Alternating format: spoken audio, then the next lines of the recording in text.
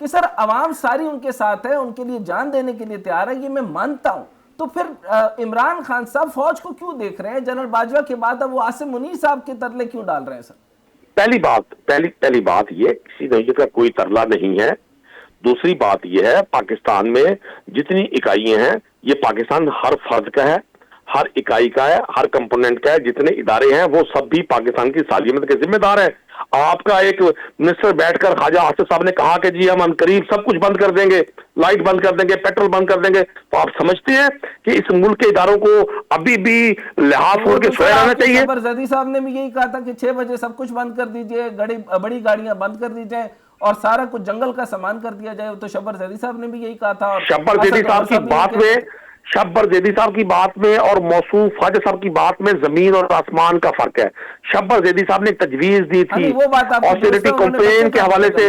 उन्होंने austerity campaign का एक प्लान दिया था कि हमें बचत की तरफ बढ़ना चाहिए, हमें अपने रिजर्व को सेव करना चाहिए। ये धमकाया नहीं था उन्होंने, ये थ्रेटनिंग किया था लोगों को कि जी सब कुछ हम ऑफ कर देंगे। भाई तुम 17 कैबिनेट की, अपनी 17 रुकनी कैबिनेट को ऑफ कर देना, आप वजीर खारजा के दौरे खत्म करवा दें। आप जो पूरे मुल्क को, अब नवाज शरीफ साहब जेनेवा पहुंचे हैं, मरियम नवाज अपनी सर्जरी के लिए गई हैं। आपने 50,000 पे जो है वो ब्लॉक लगा दिया था, वो ट्रांजैक्शंस नहीं हो सकती थी। आपने एनआईसी का निजाम फौली लगाया, रिफॉर्म आपने मुकम्मल करना शुरू किया, लेकिन शब्बर ज़ैदी साहब बड़ी बुरी तरीके से फ्लॉप हुए। उसके बाद 11 एफबीआर चेंज हुए, टैक्स कलेक्शन सिस्टम डॉक्यूमेंटेड नहीं हो सका, बाकी बहुत सारे मामला भी नहीं हो सके। हम इसके लिए सर ये क्यों नहीं बताते सर, पार्टी में ग्रेजुअल तरीके से क्या कोई यानी ऐसा थिंक टैंक नहीं होना चाहिए जो तरीकेकार के साथ इसको मुनज़्ज़म निजाम के साथ चलाए?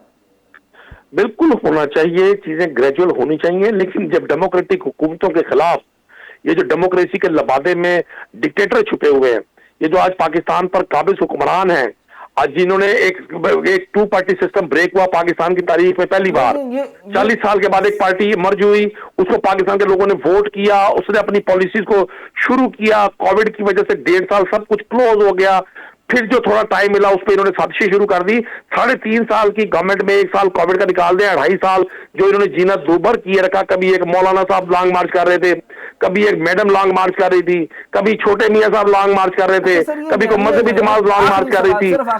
बयानिया, ये जो बयानिया है वो तो कहते हैं नवाज शरीफ साहब आए, फिर उनको भी तकरीबन 2.5 साल नहीं चलने दिया, फिर एक दफा उनको 2 साल नहीं चलने दिया, फिर बेनजीर साहिबा को नहीं चलने दिया, और सेम दोबारा से जो है वो नवाज शरीफ साहब आए, फिर उन्होंने कहा मुझे क्यों निकाला, और खान साहब भी अब यही कह रहे हैं मुझे क्यों निकाला।